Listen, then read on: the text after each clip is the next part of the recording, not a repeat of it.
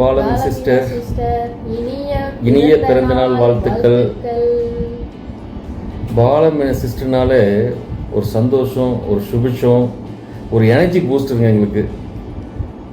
அவங்க வந்தாலே கடையில் வந்தாலே தீபாவளி மாதிரி இருக்கும் எங்களுக்கு.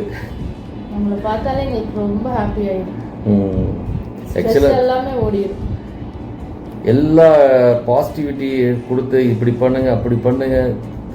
வெம்பா ஷாப்பில் அவங்க ஒரு ஃபேமிலி மெம்பர், எங்களோட ஃபேமிலி மெம்பர். அதே மாதிரி டாக்கிங் டீம் நாங்கள் ஒரு ஃபேமிலி மெம்பருங்க. எங்களுக்கு கிடைச்ச புது உறவு.